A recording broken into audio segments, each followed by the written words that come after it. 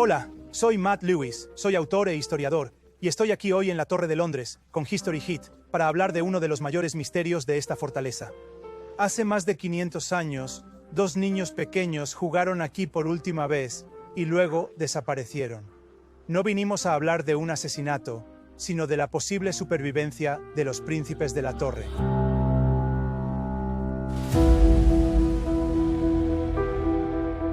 Es primavera, 1483. Eduardo IV, primer rey yorquista, lleva 22 años en el trono. Las guerras de las rosas son un recuerdo lejano. Hay un espectro de guerra con Francia, pero eso no siempre es tan malo. Eduardo es el hombre más alto que jamás haya ocupado el trono de Inglaterra o Gran Bretaña, con 6 pies y 4 pulgadas. Es querido, afable y un guerrero invicto en los campos de batalla de las guerras de las rosas. Y pocos pueden decir eso. Pero el 9 de abril, el rey muere inesperadamente. El reino se ve sumido en conmociones políticas. Hay buenas noticias y hay malas noticias. La buena noticia es que Eduardo tiene 2 hijos, un heredero y un repuesto. Su hijo mayor es proclamado rey Eduardo V inmediatamente tras la muerte de su padre. La mala noticia es que ambos hijos son todavía solo niños pequeños. El nuevo rey Eduardo tiene 12 años y su hermano menor, Ricardo, solo 9. Pero hay más buenas noticias. Tienen un tío. Ricardo, duque de Gloucester, es convocado desde sus tierras en el norte de Inglaterra para que venga al sur y ayude a su sobrino a administrar el reino hasta que alcance la mayoría de edad. Pero Eduardo V jamás es coronado rey de Inglaterra. En cambio, el tío Ricardo, duque de Gloucester, se convierte en el infame rey Ricardo III. No se sabe de los chicos. Estuvieron retenidos un tiempo en la Torre del Jardín, rebautizada como la Torre Sangrienta, por los oscuros asesinatos que se cree que tuvieron lugar dentro de sus muros. Sus cuerpos se pierden en la historia. La batalla de Bosworth, 2 años más tarde, se convierte en la retribución de Ricardo. Pero también significó que nunca podría revelar qué pasó con sus 2 jóvenes sobrinos. Esa sería una historia que otros escribirían.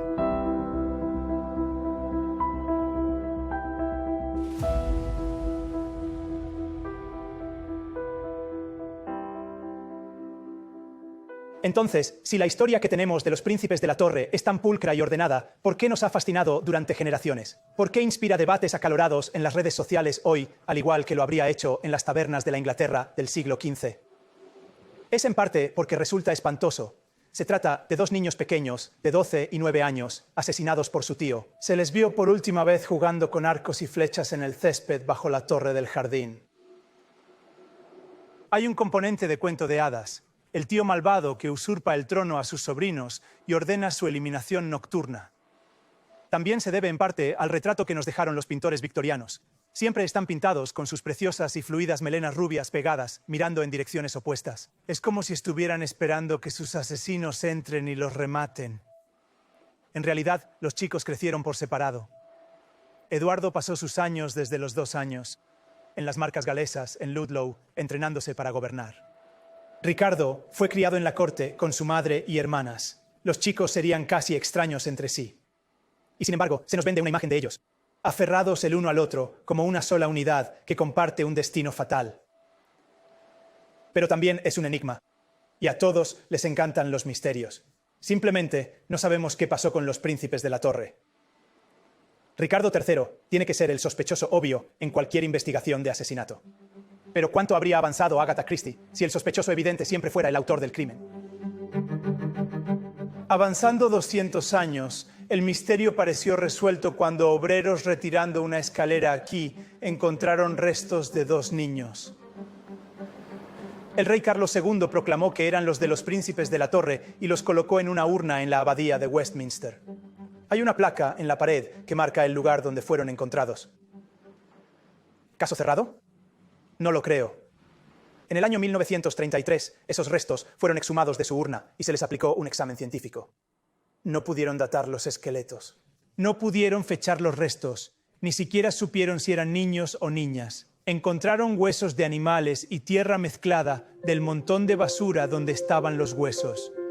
Así que no podemos estar seguros de que esos sean los príncipes en esa urna de Westminster.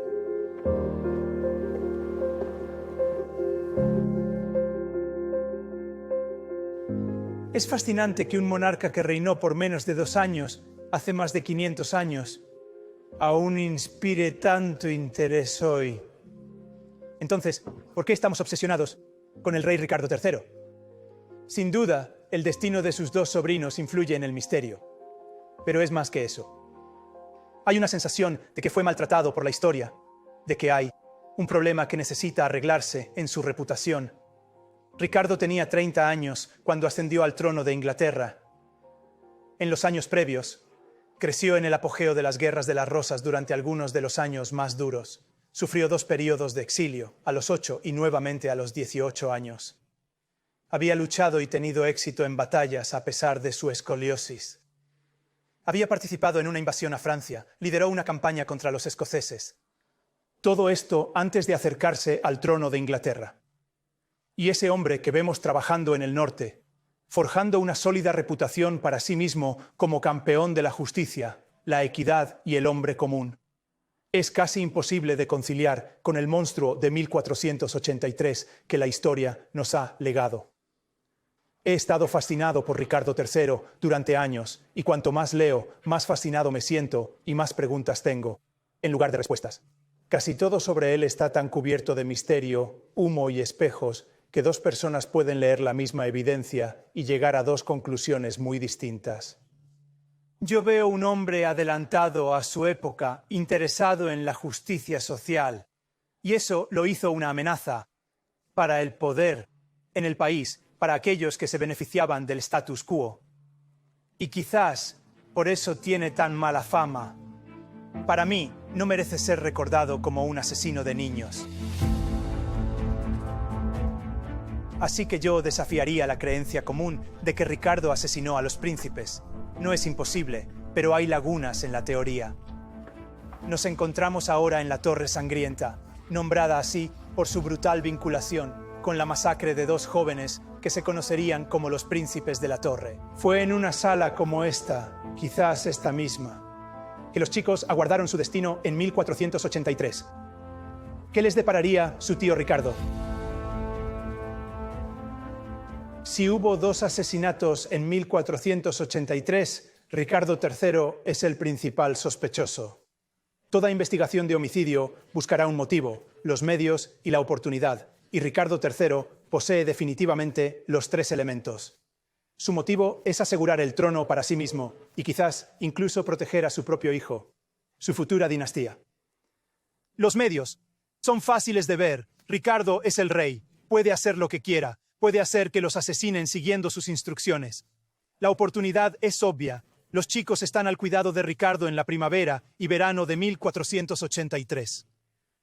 Si reduzco mi problema con la culpabilidad de Ricardo en el asesinato de los príncipes a un elemento, es el motivo, y no porque no lo tuviera. Acepto que pudo querer matarlos por seguridad propia.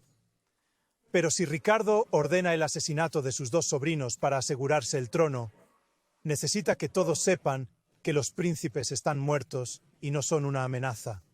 Era habitual en aquella época exhibir los cuerpos de las víctimas de alto perfil para que todos estuvieran seguros de que estaban muertos.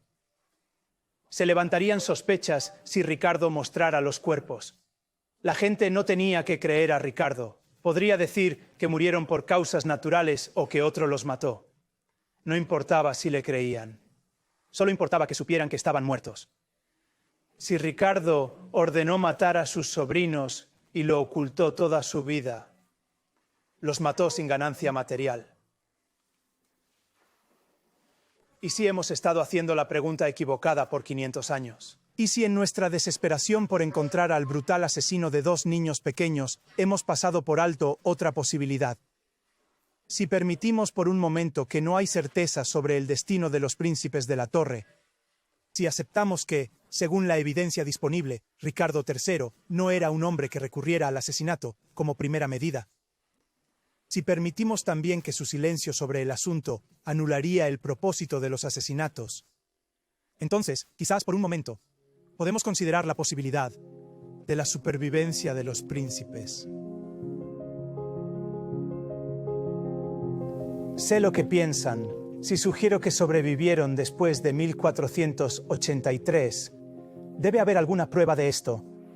Pues sí y no. Tenemos fragmentos, pedazos de información, pero nada concluyente, aunque diría lo mismo de sus muertes. Tenemos indicios de que siguieron existiendo, pero nada concluyente. Esto se debe en parte a que sabemos que Enrique VII se dedicó a destruir algunos documentos cuando subió al trono. Sabemos, por ejemplo, que destruyó el acta del Parlamento, que había declarado ilegítimos a los hijos de Eduardo IV, y que permitió a Ricardo III tomar el trono. Hizo que se borrara de los registros sin leerla, lo cual es contra el protocolo. Lo que no sabemos es qué más destruyó Enrique en sus esfuerzos por encubrir la posible existencia continuada de los príncipes de la Torre. Y tenemos pequeños fragmentos extraños. En los registros de vestuario de 1484, para los materiales de la coronación de Ricardo III, tenemos una referencia extraña en la que el hombre que compila los registros de vestuario dice que había material comprado para Lord Eduardo, hijo del difunto rey Eduardo IV. Esto aclara que había una intención de que Eduardo el V asistiera a la coronación de su tío en 1483. También nos dice que el nombre de Eduardo no era tabú en 1484. El secretario se sintió cómodo refiriéndose al antiguo Eduardo V como Lord Eduardo. Hay otros retazos que pueden sugerir la existencia continuada de al menos uno de los príncipes de la Torre. Tenemos una orden emitida en 1485 para el Lord Bastard, 2 jubones de seda, una chaqueta de seda, una casaca de tela, 2 camisas y 2 gorros. Y un poco más tarde tenemos otra por pan leudado, permitido para el Lord Bastard, que cabalga hacia Calais, 12 peniques, y pagado por un Lucio, entregado al maestro Brackenbury, condestable de la Torre, quien en ese momento regresó de Calais por el Lord Bastard, 3 chelines y 4 peniques. Así que podrían ser pequeñas referencias a que Eduardo V sobrevivió a Ricardo III, que se escaparon del gobierno Tudor.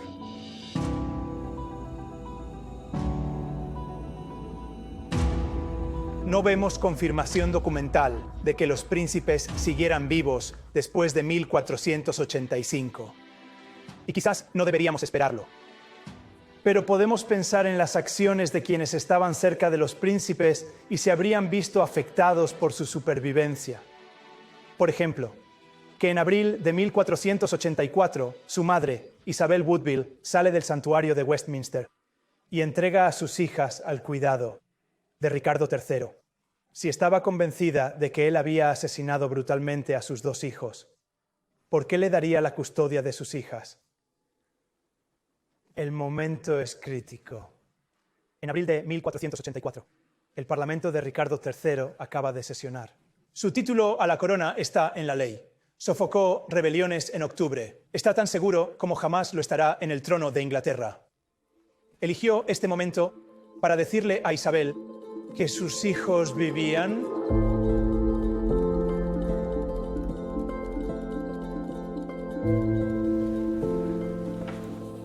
Por lo tanto, equipararía la noción de que los príncipes en la Torre siguieran vivos con algo similar a un agujero negro cósmico.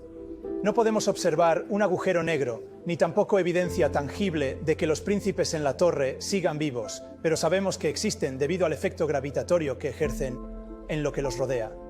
Y en el caso de los príncipes en la Torre, ese es el efecto que tienen sobre la gente.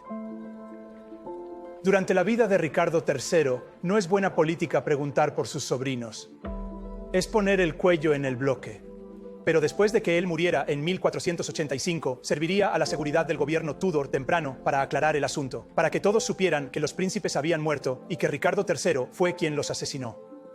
Cuando Enrique VII toma el trono, vuelve a legitimar a los hijos de Eduardo IV porque quiere casarse con una de las hermanas del príncipe, Isabel de York. Pero al hacerlo, le da a Eduardo V un derecho al trono de Inglaterra totalmente válido y legal. Y Enrique triunfó en la batalla de Bosworth gracias al apoyo de los yorkistas descontentos que se habrían unido a la causa de Eduardo V. Y sin embargo, después de 1485, Enrique VII emite una declaración pública sobre el destino de los príncipes en la Torre. No acusa a Ricardo III de matarlos. La hermana de los príncipes, Isabel de York, es la primera reina Tudor. Incluso cuando le conviene a su dinastía, con sus hijos en línea al trono, ella nunca acusa a su tío de matar a sus hermanos. Los príncipes tienen otras 4 hermanas, todas las cuales vivieron bien entrado el siglo XVI, y ninguna de ellas acusa jamás a Ricardo de matar a los príncipes en la torre. Si los príncipes vivían en 1483, ¿por qué Ricardo III no los mostró? ¿Por qué no demostró a todos que seguían vivos? Yo me preguntaría por qué Ricardo querría hacer eso. Mantenerlos presentes en la mente de todos, admitir que tienen cierto poder sobre él, alertar a la gente sobre su posible paradero. Sería una receta para el desastre. Si los príncipes vivían al final de 1485, y es un gran sí, lo admito, entonces la pregunta es, ¿qué les pasó después? En 1487 hubo un complot contra el trono de Enrique VII. El caso se llamó el asunto Lambert-Simnel, en honor al niño que supuestamente era el eje de la situación. La historia dice que Lambert-Simnel, un chico de Oxford, fue tomado por un sacerdote y entrenado para imitar a Eduardo, conde de Warwick, el último heredero varón York. El gran problema del complot era que el propio Warwick estaba encarcelado aquí en la Torre de Londres. Este chico, Lambert-Simnel, es coronado en Dublín. Hay una invasión de Inglaterra que desembarca en el noroeste y la batalla de Stokefield en las tierras medias orientales, la batalla campal final de las Guerras de las Rosas. El ejército rebelde es aplastado y Lambert es capturado allí. Enrique VII le perdona y lo pone a trabajar en las cocinas. Y de Lambert se sabe por última vez en los 20 del siglo XVI como cetrero del rey Enrique VIII. Después de eso, desaparece y su final nadie lo sabe. Sin embargo, hay otra versión de esta historia, con algo de evidencia documental que la respalda. El cronista Tudor, Polidoro Virgilio, contratado por el primer rey Tudor para escribir la historia de los reyes ingleses, habla del asunto Lambert-Simnel como un esfuerzo para restaurar a Eduardo al trono. Eduardo, conde de Warwick, nunca fue rey, no podía ser restaurado.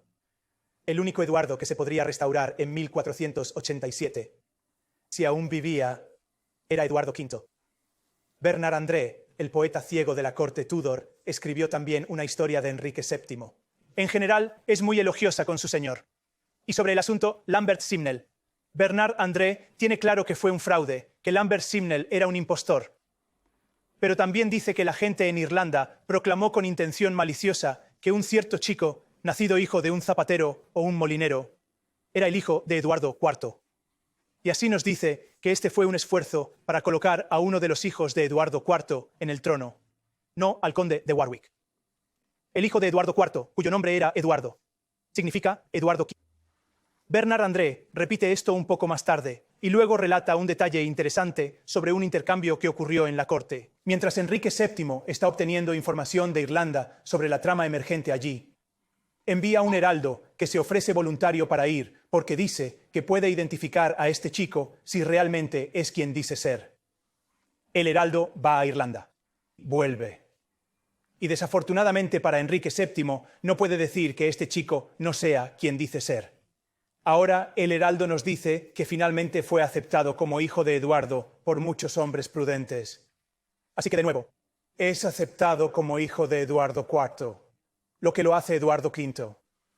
Lambert-Simnel es coronado en la Catedral de Dublín antes de abandonar Irlanda.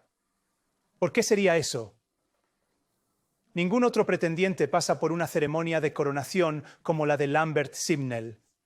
Y si pensamos en Eduardo V, una coronación era lo que le faltaba a su reinado. Fue proclamado rey inmediatamente después de la muerte de su padre, pero nunca fue coronado. Fue esta ceremonia en Dublín, un intento de completar el reinado de Eduardo V.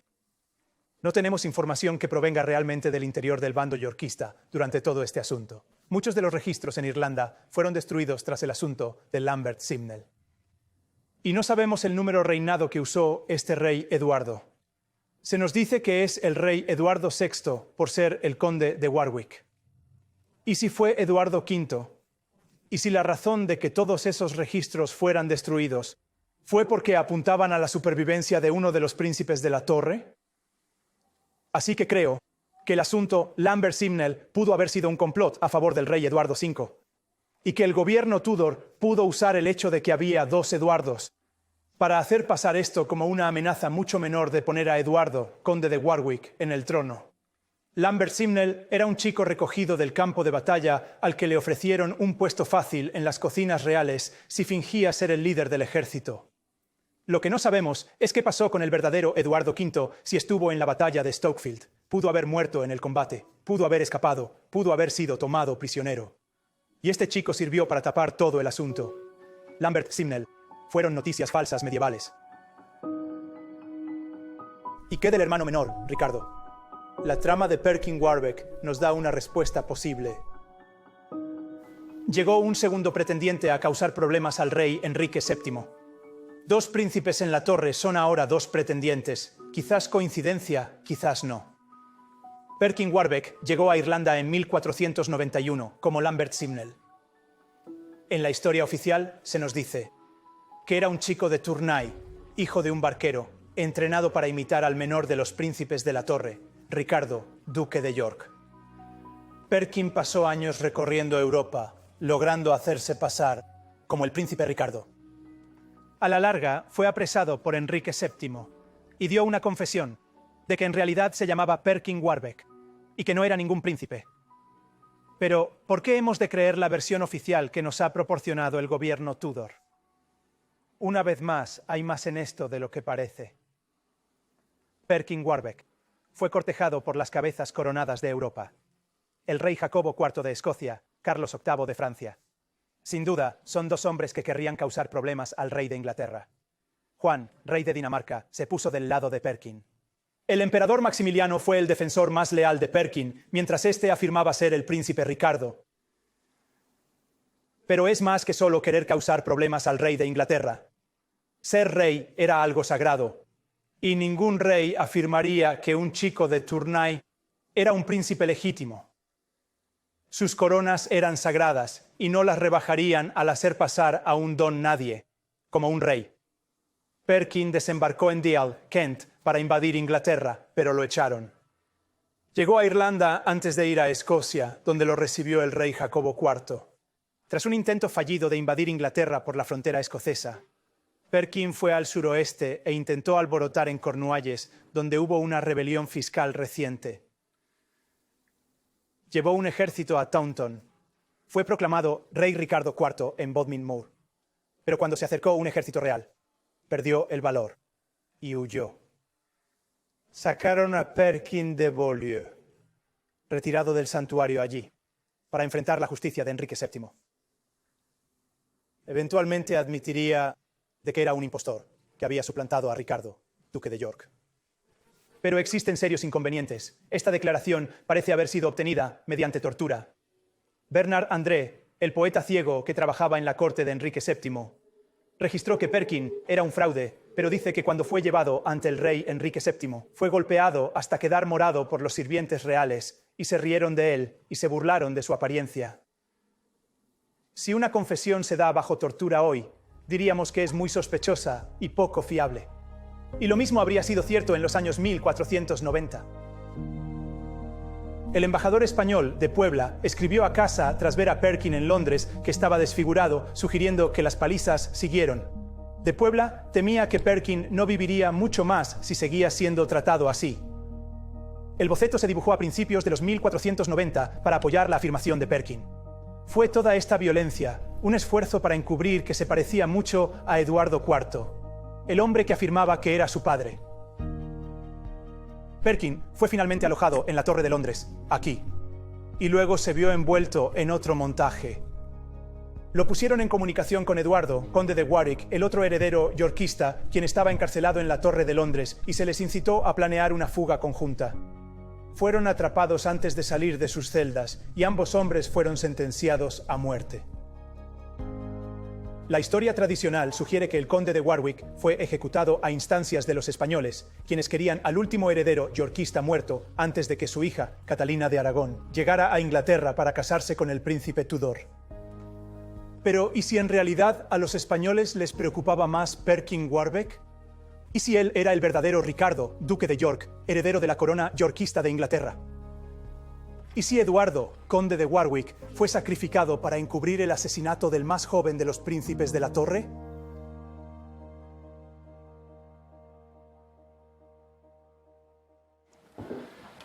Existen muchas otras hipótesis sobre el destino de los príncipes de la Torre si sobrevivieron después del año 1485. Uno de mis favoritos fue presentado por el historiador de arte aficionado Jack Leslau, y él estaba convencido de haber hallado al menor de los príncipes de la Torre, oculto en un retrato familiar pintado por Hans Holbein.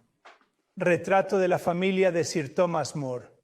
Y por supuesto, Moore es el hombre que le forjó a Richard esa reputación tan oscura de ser un asesino de niños. La sugerencia de Leslau es encubrir la existencia de los príncipes en la torre. Hay mucha evidencia en la imagen que Leslau señala.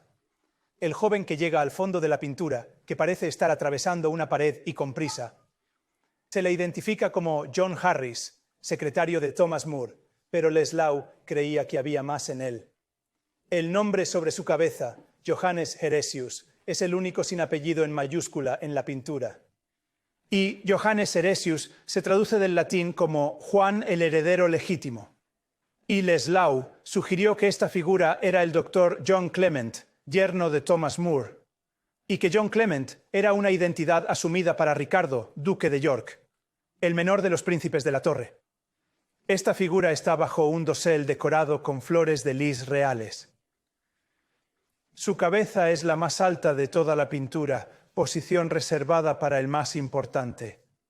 Y creo, curiosamente, que la persona a su lado, marcada en la pintura como Henry Pattinson, el bufón de Thomas More, tiene un parecido asombroso con otro Henry. Lleva una insignia con la rosa blanca y roja en su sombrero, además de la cruz de San Jorge. Y para mí se parece mucho al rey Enrique VIII. Y la cabeza de John Clement está justo encima de la suya, sugiriendo que es un poco más importante que Enrique VIII. La historia tradicional de los príncipes de la Torre insiste en que Ricardo III, en un cambio drástico de personalidad, asesina a dos niños pequeños, sus sobrinos, en un intento desesperado por asegurar su trono. Pero como hemos visto, hay problemas con su motivo. No hay evidencia real de que hubiera habido asesinatos en absoluto, y nunca se han identificado de forma concluyente los cuerpos como los de los dos chicos. Hemos tenido dos pretendientes, y hay innumerables otras teorías de que los chicos sobrevivieron después de 1485. Quizás en nuestra desesperación por encontrar un asesino, hemos dejado una idea en el estante acumulando polvo demasiado tiempo. En lugar de averiguar quién fue el asesino, quizás deberíamos hablar más sobre la supervivencia de los príncipes de la Torre.